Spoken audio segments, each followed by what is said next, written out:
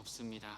작년에 이 시기쯤 독일에 처음 왔을 때 한국보다 시원하다라고 해서 좋아했던 기억이 납니다. 근데 올해는 매우 덥네요.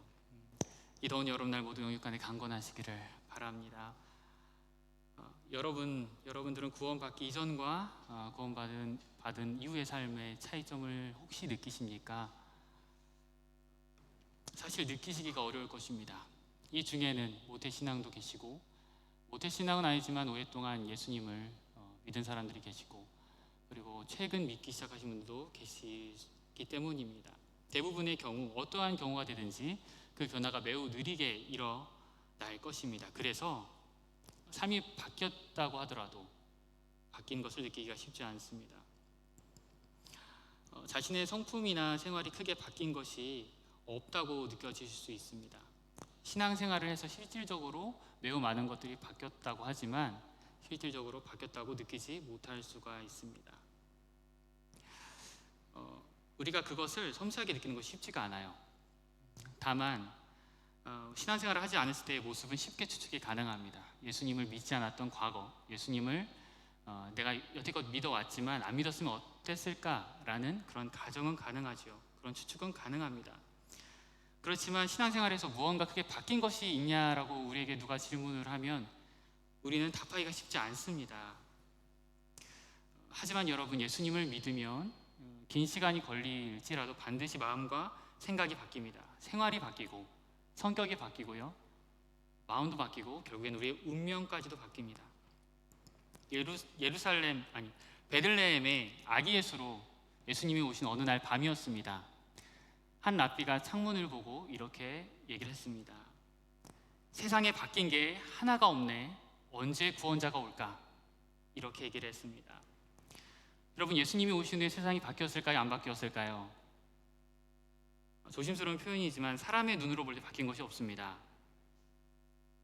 사람의 눈으로 봤을 때는 바뀐 것이 없습니다. 사실 조금씩 변화하고 있는 게 맞고 아름답게 변한 게 맞겠지만 인간의 눈으로 보면은요, 혁명적인 변화는 보이지 않습니다. 증기기관이나 인터넷의 발달, 그리고 스마트폰의 발명과도 같은 어떤 혁명적인 변화, 이런 것들은 우리 눈에 보이지 않습니다. 세상에 하나님 나라를 만들어 가시는 하나님의 섭리가 놀랍지만 그것은 믿는 사람들의 눈으로 보이는 것뿐이고, 실질적으로는 믿지 않는 사람들에게는 하나님의 그 은혜의 변화가 보이지 않습니다. 정확히 보일 리가 없습니다. 변화를 느낄 수 없는 이유 중에 하나는 믿는 이들과 믿지 않는 이들의 삶이 그렇게 다르지 않기 때문입니다. 겉보기에는 말입니다. 하나님을 믿지 않는 사람들 그리고 믿는 사람들 모두 동일한 하나님의 은혜 가운데 살아가고 있습니다. 그 은총으로 인해서 예수님을 믿지 않는 사람들, 믿는 사람들 차이가 없이 지내고 있습니다. 하지만 우리의 삶은 분명히 그들의 삶과 다릅니다. 예전에 한 입양 가족의 다큐멘터리에서 입양 딸의 인터뷰가 떠오릅니다. 아버님께서 말씀하셨어요. 내가 너를 입양해서 세상이 바뀐 것은 없지만 너의 세상은 바뀌었다. 사람들은 눈에 보이는 것에 속기 쉽죠. 그리고 자신이 속는 대상이 주변의 사람들의 모습일 뿐만 아니라 우리 자신의 모습이기도 합니다. 그래서 자신의 모습을 생각해서 자신의 미래를 단정 짓거나 세상의 흐름을 보면서 미래를 감히 예측합니다.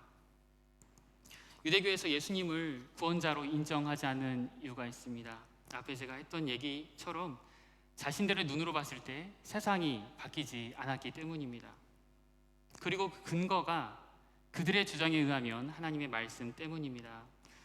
이사야 11장 6에서 9절 말씀을 함께 읽어보겠습니다.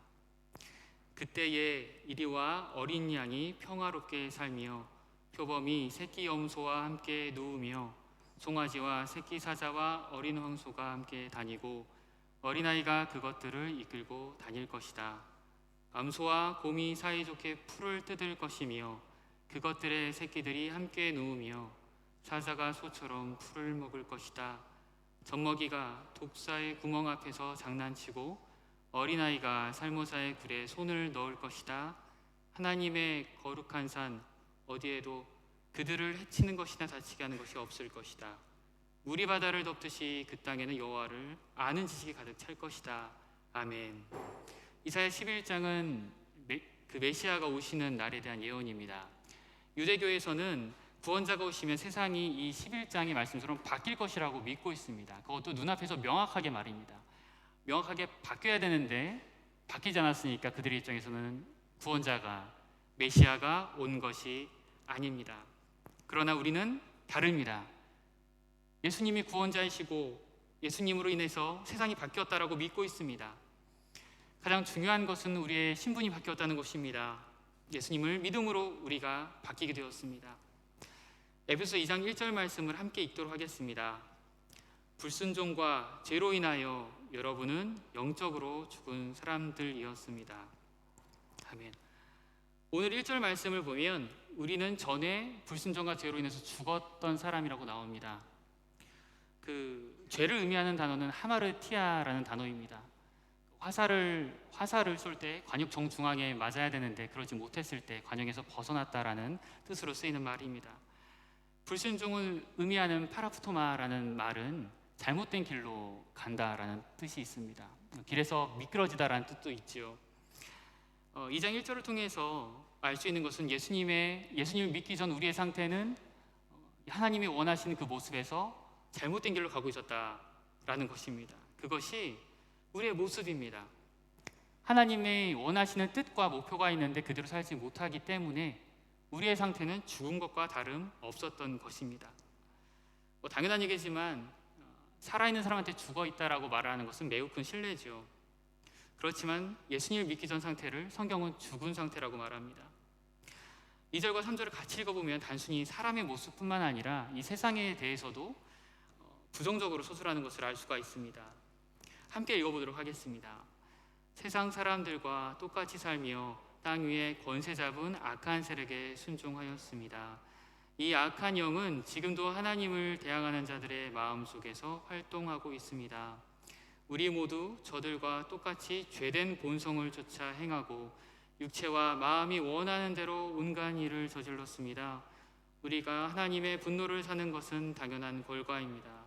왜냐하면 그렇게 살아왔기 때문입니다. 그러니까 우리가 사는 세상도 좋지 못한데 믿지 않았던 그런 사람들의 삶도 좋지 못했다라고 얘기를 하고 있는 것이죠. 1에서 3절까지를 보면은요, 불신앙을 가진 사람들이 우리에게 따져 물을 수가 있습니다. 이 성경책에 불만을 제시할 수 있어요. 나는 열심히 살았는데 왜 잘못됐다고 합니까? 왜 나를 정죄합니까? 라고 물어볼 수 있습니다.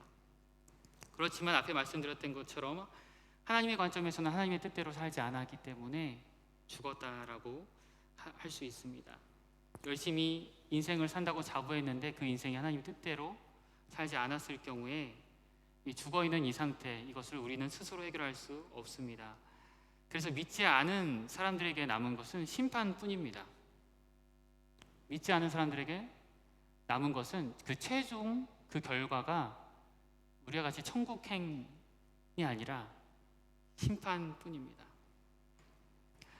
그래서 하나님께서는 예수님을 보내주셨습니다. 예수님을 통해서 새로운 길과 새로운 목표를 주셨습니다. 에베소서 4장 4절 7절 말씀을 함께 읽어보도록 하겠습니다. 그러나 하나님은 자비로우시고 우리를 너무나 사랑하셔서 그냥 내버려 두지 않으셨습니다. 하나님의 뜻을 따르지 않아 영적으로 죽은 우리들에게 그리스도를 통하여 새 생명을 주신 것입니다. 여러분은 하나님의 은혜로 구원을 받았습니다. 하나님은 우리를 그리스도와 함께 살리시고 하늘에 있는 그분의 보좌 곁에 우리를 앉혀주셨습니다. 또한 앞으로 오는 모든 세대에게 하나님의 은혜가 얼마나 크고 놀라운지를 보여주시려고 예수 그리스도 안에 있는 우리 모두에게 그의 자비를 나타내셨습니다. 아멘. 그 4에서 6절까지는 어느 정도 익숙한 내용이죠. 쉽게 말해 우리가 구원받았다는 내용입니다. 적지 않은 교회가 이 부분에 굉장히 집중을 하고 있는 듯합니다. 그런데 사실 저는 2장 7절을 조금 오늘 강조하고 싶습니다. 7절은 예수님을 우리에게 보내주신 다음에 생명을 얻은 우리에게 목표를 알려주셨습니다. 그 목표, 우리를 구원하신 이유, 그리고 그 목표는 오는 여러 세대에게 하나님의 은혜를 보여주려 하신다는 것입니다.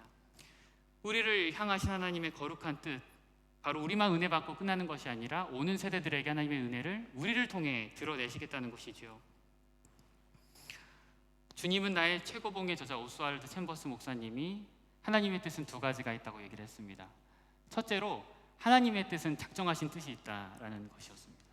하나님은 작정하신 뜻이 있다. 그리고 두 번째로 허용하시는 뜻이 있다라고 했습니다.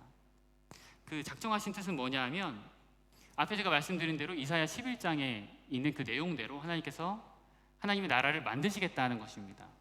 그 예수님을 통해서 구원하시겠다, 이런 것이 하나님께서 절대 변하지 않는 작정하신 목표입니다. 그럼 허용하신 뜻은 무엇일까요? 허용하신 뜻은 이 작정하신 뜻을 위해서 허용하시는 것들입니다. 우리의 자유의지를 통해서 일어나는 일들 말이죠. 크게 보면 우리 인생의 어려움과 좌절 뿐만 아니라 크게 보면 자연재해도 포함될 것입니다. 올 여름 세계에 자연재해가 많이 있죠. 또 우크라이나 사태도 있습니다. 이러한 일들이 사실은 없었으면 좋겠지만 하나님의 허용하신 뜻입니다. 그리고 하나님이 우리 인간에게 주신, 아니 이 세상 이 우주 만물 가운데 피조물에게 주신 가장 큰 축복인 자유의지로 인해서 일어나게 되는 일들입니다. 이것이 허용하신 뜻입니다. 그러니까 하나님께서는 이 허용하신 뜻을 통해서 작정하신 뜻을 이루어 나가시는 거죠. 이게 하나님의 섭리입니다. 그래서 우리는 이러한 인생의 개인적인 어려움과 전 세계적인 어려움 가운데 이렇게 기도하게 되기 쉽습니다. 눈동자같이 우리를 지켜주십시오. 우리를 시험에 들게 하지 마십시오. 그리고 다만 악에서 구해주십시오. 이렇게 기도하기 쉽습니다. 하지만 여러분, 이렇게 해서 하나님께서 우리에게 주신 평강을 경험하기는 쉽지 않습니다. 단순히 이런 방어적인 기도로 하나님께서 우리에게 주시고자 하는 은혜와 평강, 이런 것들을 경험하기는 쉽지 않습니다. 당연하게도 우리가 평강을 경험할 수 있는 것은 하나님의 작정하신 뜻에 우리의 마음을 맞추는 것입니다. 하나님께서 우리에게 자유를 주셨지만 그 자유를 사도 바울의 말처럼 헛되이 쓰지 않고 하나님의 뜻에 맞추어 쓰는 것이죠. 그렇게 할 때 주님의 크신 은혜로 우리도 변하고 우리도 평강을 누리며 살 뿐만 아니라 오는 모든 세대에 나타나시겠다고 하신 하나님의 그 뜻이 이 세상에 드러나게 될 것입니다. 그렇게 된다면 우리를 통해서 하나님 나라가 더욱더 확장될 것이고 하나님의 은혜로 이 세상이 더욱더 아름답게 변하게 될 것입니다. 오늘 본문 말씀을 준비하면서 맞는 사람이 누가 있을까 생각을 했습니다. 이런 생각을 주중에 하다가 성경에 한 사람이 떠올랐습니다. 주님의 은혜로 불순종과 죄의 자리에 있다가 한순간의 선택으로 주님의 자녀로 직분이 바뀌고 주님의 직분으로 바뀐 것이 명확하게 드러나서 그 은혜로 우리에게도 도전을 주는 사람, 바로 삭개오였습니다. 삭개오 이야기를 하기 전에 배경을 조금 설명을 드리자면요, 여러분 아시고 계신 분들도 있지만 삭개오가 있었던 여리고는 예루살렘에서 30km 정도 떨어진 곳이었습니다. 이 여리고는 성경에서도 여러 번 등장하는 핫플레이스입니다. 기후가 온화하고 물이 조용했던, 중요했던 그 옛날에 1년 내내 마르지 않는 오아시스가 있었던 땅입니다. 그래서 남유다의 마지막 왕 시드기야가 도망을 갔던 곳이기도 하고, 맨 처음에 가나안 땅을 정복할 때 이스라엘 백성들이 정복을 했던 곳이 바로 여리고 성입니다. 오랫동안 사람들이 거주하는 땅이었기 때문에 문명이 발달했을 것이고 많은 유물들도 있었을 것입니다. 헤롯 대왕은 이 여리고에 겨울 왕궁을 짓기도 했었습니다. 삭개오가 살았던 이 시대에도 많은 사람들이 계속 살아왔기 때문에 물질적으로 번영했던 곳이고 발전했던 곳이었습니다. 이 곳에서 세리라는 것은 여러분 몇 번 설교를 통해서 들었겠지만 공식적인 죄인이었습니다. 세리장은 세리를 관리하는 최고의 어떤 직분이기 때문에 죄인 중에 죄인이라는 뜻이었죠. 객관적으로 죄인인 것입니다. 당시에 이스라엘을 속국으로 삼았던 로마는 이스라엘 백성들의 돈을 공식적으로 뜯기 위해서 이 세리를 세웠습니다. 이 세리라는 직업은 사실 공식적인 어떤 공무원은 아닙니다. 그저 로마에서 세웠던 직급이었죠. 그래서 세리로 임명된 사람들은 본인들이 받을 수 있는 돈보다 더 많은 돈을 받고는 했습니다. 실제로 역사상의 기록 중에 하나는 이상적인 세리의 조건으로 흉악한 외모를 뽑습니다. 외모가 흉악해야 사람들에게 많은 돈을 받을 수 있기 때문이죠. 우리가 생각하는 삭개오가 또 작은 키를 가졌겠지만요, 작은 키와는 달리 외모는 험상궂을 확률이 높습니다. 지난주에 교사 예배 때에도 나눴던 이야기입니다만은 이 여리고와 예루살렘에 관련된 이야기가 있죠. 예루살렘에서 여리고로 내려가는 길에 강도 만난 사람의 이야기를 여러분 들어본 적이 있을 겁니다. 누가복음 10장에 여리고로 가는 한 사람이 있었습니다. 근데 그 사람의 그 이야기는 사실 무엇을 뜻하면요, 예루살렘보다 훨씬 더 부유한 여리고로 향하는, 그러니까 이주하는 그런 이야기입니다. 당시에 예루살렘으로 여리고로 간다는 것은 물질적인 풍요 때문에 어쩔 수 없이 간다는 뜻이었습니다. 가난한 사람이 그곳이라도 가면 무엇이라도 할 수 있는 일이 있기 때문에 갔던 길이죠. 예루살렘에서 여리고로 내려가는 그 길은 당시에 매우 험하고 강도가 많이 있었을 것입니다. 자신의 모든 소유를 가지고 그 여리고로 가는 그 길에 강도를 만난다면 당연히 모든 것을 빼앗겼을 것입니다. 그러니까 예수님께서 비유로 들기에 참 적합한 곳이 여리고였지요. 여리고에서 마음대로 사람들에게 세금이라는 명목으로 돈을 빼앗기 좋은 직업은 세리였습니다. 세리를 감독하는 최고의 책임자 세리장 삭개오였습니다. 이런 세리는 앞에서 말씀드린 대로 객관적인 의미의 죄인이 아니라 이스라엘 사람들 입장에서는 악마 그 자체였을 겁니다. 그리고 재미있는 것은 삭개오라는 이름은 순결함을 의미합니다. 순결함, 순수함. 삭개오라는 이름은 순결한 순수함 이것입니다. 순수하게 잘 살려고 부모님께서 이름을 지어주셨죠. 그렇지만 삭개오는 그렇게 살지 못했습니다. 성경에는 그가 키가 작았다라고 기록되어 있습니다. 키가 작다는 것을 의미하는 헬라어 헬리키아는 단순히 키가 작다는 것만은 의미하지 않습니다. 그의 영향력이 작다, 그의 인성이나 도덕성이 작다라는 것을 원어적으로 의미하기도 합니다. 그러니까 삭개오는 이름과 달리 정반대의 인생을 살고 있었죠. 그런데 이 삭개오가 예수님께서 오늘 말씀, 내가 오늘 너의 집에 머무르겠다라고 말을 했을 때 그때 예수님을 받아들입니다. 그러니까 보통의 경우 죄인들이 예수님 앞에 나설 때 고개를 숙이거나 또 부끄러워하는 얼굴이 아니라 삭개오가 신기한 것은 기뻐하면서 맞이했다는 것입니다. 그리고 예수님께 고백을 하죠. 주님, 내 소유의 절반을 가난한 사람들에게 주겠습니다. 그리고 남의 것을 속여서 빼앗은 일이 있으면 네 배로 갚겠습니다. 그때 예수님께서 말씀하십니다. 오늘 이 집에 구원이 찾아왔다. 이 사람도 아브라함의 자손이다. 인자는 잃어버린 사람을 찾아 구원하러 왔다. 여러분, 삭개오가 물질적인 풍요 속에서 굉장히 높은 지위에 살고 있었던 사람입니다. 키가 작은 컴플렉스가 있었을지도 모르겠습니다. 하지만 힘이 있었습니다. 흉악하게 생겼을 것 같습니다. 추측이지만. 하지만 높은 직위 속에서, 물질적인 풍요 속에서 자신의 인생의 문제를 알고 있었습니다. 그래서 삭개오는 예수님을 찾아갔고 예수님이 그에게 은혜를 베풀어 주셨습니다. 그리고 우리가 알다시피 그는 단 한순간에 예수님을 만나서 변화하게 되었습니다. 삭개오가 예수님을 만나고 바뀌는 모습, 그 모습이 우리의 모습이 되어야 되는 줄로 믿습니다. 예수님께서 말씀하실 때 우리가 한 번에 바뀌기가 쉽지 않습니다. 하지만 삭개오는 결단을 했고 마음속에 죄가 있었던 삭개오는 자신이 모아온 모든 물질을 주님 앞에 내려놓게 되었습니다.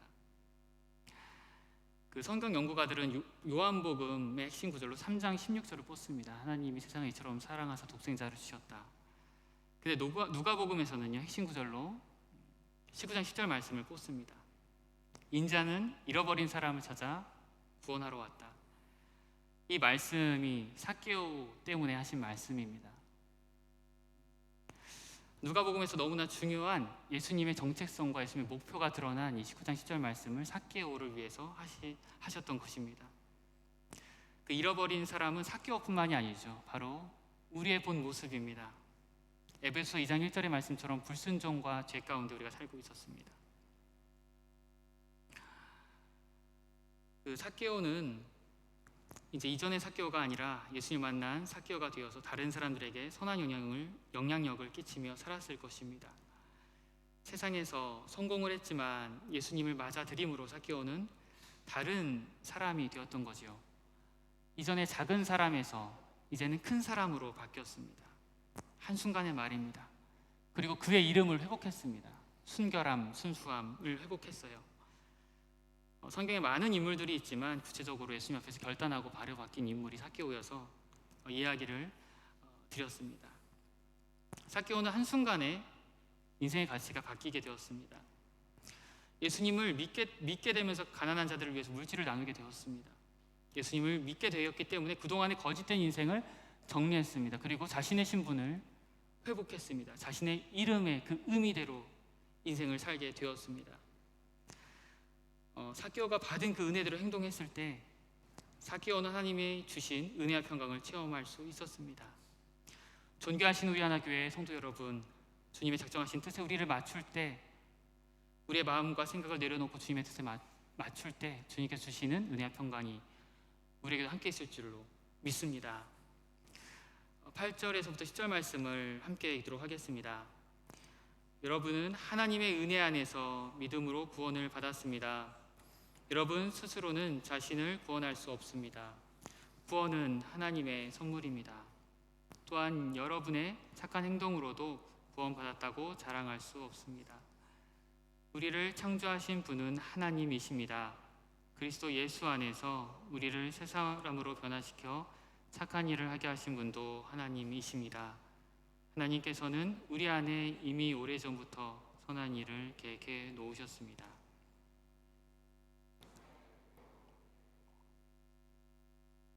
아멘.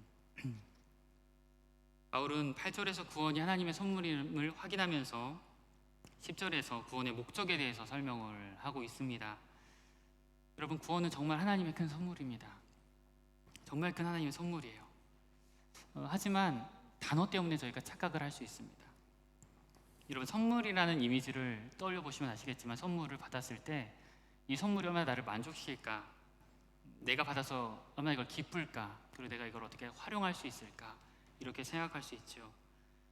요즘에는 SNS로 기프티콘 선물을 하기도 합니다. 그런 이미지를 우리가 생각할 수 있습니다. 그런데 원어로 보면은요, 여기서 선물은 헬라어로 도레아라고 합니다.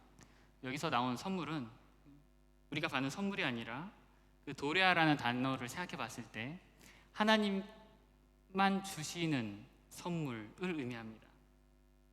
오직 하나님께서만 주실 수 있는 선물을 의미한다면 그 선물은 얼마나 소중하겠습니까? 물론 그 선물은 구원이고 예수님입니다. 오직 하나님만이 주실 수 있는 그 선물을 받아서 우리가 잘 사용을 해야 될 것 같지만 사실 그렇지 않습니다. 이 선물은 그 반전이 있는데, 보통 내가 가는 것이 선물인데 예수님을 선물로 받아들이면 우리가 그의 소유가 된다는 것입니다. 그래서 지금 내가 가져서 좋은 것이 아니라 어떻게 보면 미래에 내가 정말 기뻐할 나로 만드는 선물이 예수님이라는 거죠. 예수님이라는 그 선물이에요. 여러분, 그 신앙생활하면서 하나님께 선물 받았다고 느끼시는 그런 것들이 좀 있지 않으신가요? 제가 말씀을 준비하면서 생각해봤는데, 저는 저에게만 해당되는 것이 아니라 여러분들에게도 해당되는 말이겠지만, 그 하나님께 기도하고 응답받는 게 정말 큰 선물이라고 생각을 합니다.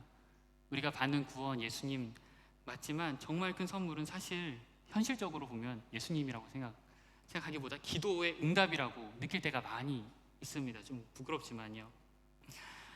그런데 사실 기도를 해보면 여러분 아시겠지만 기도에 응답받는 것도 너무 많지만 응답하지 못하는 것도 많이 있습니다. 확실하게 노라고 하는 것이 아니라 하나님께서 그냥 아무런 말씀 없을 때가 있는 것처럼 느껴질 때가 있습니다. 저는 처음에 몇 번 하나님께 기도하고 거절당하게 되었을 때 정말 힘이 많이 빠졌던 것 같습니다. 여러분, 보통 기도를 언제 많이 하나요? 인격적으로 주님 만나게 됐을 때, 뭔가 내 안에 뜨거운 갈망이 있을 때 기도를 많이 하게 되지 않나요? 그럴 때에 기도를 열심히 하는데 거절된다, 이러면 정말 섭섭한 일이죠. 저는 섭섭했습니다. 그런데 기도를 하고 거절받고 응답받는 이 과정을 통해서 앞에 말씀드렸던 하나님의 작정하신 뜻이 이루어지게 될 것입니다. 그렇게 되면서 하나님의 원하시는 뜻대로 우리의 모습이 완성되어져 갑니다. 하나님의 정확한 불응답과 응답을 통해서요. 그렇게 해서 더 신앙심이 깊어지는 내가 완성해져 가는데, 여기서 멈춰버리면 우리는 이기적인 사람이 됩니다.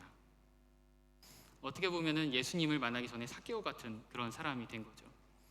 하나님이 주신 예수님이라는 선물을 통해서 하나님을 아버지라고 부를 수 있고 기도할 수 있게 된 것을 잘 느끼고 그 축복 가운데 신앙이 성장하고 더 좋은 내가 되는 것 너무나 기쁘지만 그 이상을 하나님께서 원하십니다. 기도 말씀을 보면서 성장해 가는 것, 이 모든 과정은 하나님의 작정하신 뜻 밑에 하나님의 허용하신 뜻입니다. 영적으로 성장해 가면서 하나님의 뜻대로 한다고 결심하는 그 순간들을 통해서 하나님은 우리를 기특히 여기실 것입니다. 하지만 최종적인 목적은 우리의 모습을 통해서 구원받는 사람들을 많이 만들어 가시겠다는 것입니다.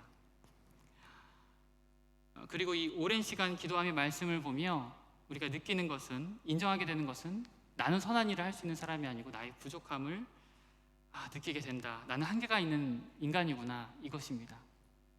그러니까 거룩해져 가는데 마음 한편으로는 자존감이 낮아지는 건 아니고 자신의 위치를 깨닫게 되는 것입니다. 이게 또 신기한 일이죠. 근데 그렇게 되면서 하나님의 목적을 서서히 알게 됩니다. 우리가 그렇게 하나님의 뜻을 알게 돼요. 애초에 인간을 만드실 때 하나님께서 가지고 계셨던 그 목적을, 창조의 목적을 알게 돼요. 나를 구원하시고 다른 사람들을 구원하게 하시는구나 깨닫게 됩니다. 그러면 그때부터 나만을 위한 것이 아니라 다른 사람을 위한 신앙생활을 할 수 있게 되는 것이죠. 이렇게 확신 있게 말씀드릴 수 있는 이유는 오늘 읽었던 2장 10절 말씀 때문입니다. 창조 때 남자와 여자로 우리를 만드셔서 서로 사랑하게 하시고 돕게 하신 하나님께서는 이제 예수님을 통해서 새롭게 다른 이들을 돕게 하시고자 하는 계획을 만들어 놓으셨다고 하거든요. 죄를 지은 이후에 우리에게 예수님을 선물로 주시고 이것을 통해서 다른 사람들을 살리시겠다는 하나님의 목적, 계획해 놓으셨다고 하고 있거든요.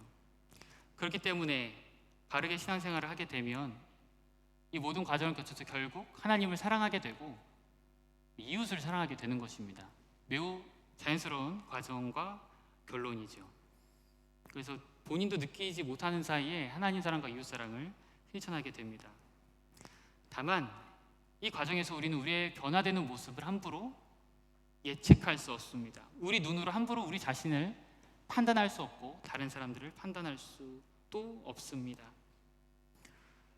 우리의 삶을 단지 주님의 뜻에 맞추어 드리는 것입니다. 예수님이 십자가에 달리셨을 때 예수님의 영광의 부활이 드러나지 않았습니까?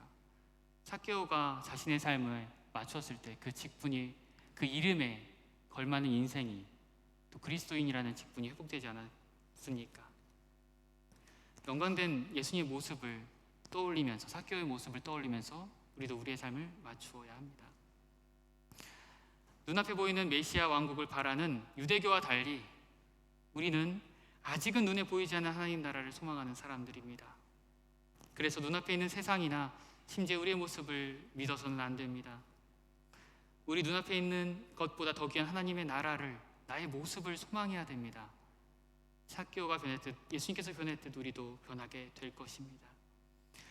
우리가 생각하는 것보다 하나님은 더 놀라운 계획을 우리에게 가지고 계십니다. 그러니 여러분, 우리가 하나님 나라를 바라보면서 하나님을 위해서 헌신해야 합니다. 평생을 하나님 나라를 위해 수고한 바울의 고백을 생각해 보십시오. 내가 그렇게 노력했지만 나의 달려갈 길이 남아있다라고 말한 바울을 생각해 보십시오. 오늘 에베소서는 우리를 예수님과 함께 살리셨다라고 말하면서 거룩한 목표를 제시합니다. 우리만을 위한 은혜가 아니라 다른 이들을 위한 은혜를 말합니다. 그렇다면 우리가 주님 앞에 헌신할 때에 우리의 노력이나 수고, 애씀을 얘기할 수도 있겠지만 그것보다 더 중요한 것은 그것 자체를 할 수 있는 것이 은혜임을 고백해야 됩니다. 이러한 과정을 거쳐서 주님이 원하시는 거룩한 신부가 될 것이기 때문입니다. 여러분, 더운 여름날 농부를 시원하게 할 냉수같이 됩시다. 주님이 주신 은혜에 우리가 합당하게 생활합시다. 우리의 수고 같아도 우리 안에 계신 예수님께서 우리를 위해서 일해주고 계십니다. 그리고 결단하는 우리들에게, 우리가 결단하는 그 자리마다 우리의 인생들에게 주님께서 평강을 주실 줄 믿습니다. 예수님은 누가복음에서 말씀처럼 잃어버린 자를 구원하러 오셨습니다. 불순종과 죄의 자리에 있었던 우리가 원래 잃어버린 자였습니다. 그 잃어버리다라는 뜻도 원래 원어적으로 보면 멸망하다, 파괴하다라는 뜻입니다. 원래 파괴되어 있는 우리가 예수님으로 인해서 새 생명을 받았습니다. 그러하니 삶의 자리마다 주님의 세밀한 음성을 기대하며 기도하는 우리 하나교회 성도들 되기를 진심으로 소망합니다. 이 시간 찬양하도록 하겠습니다.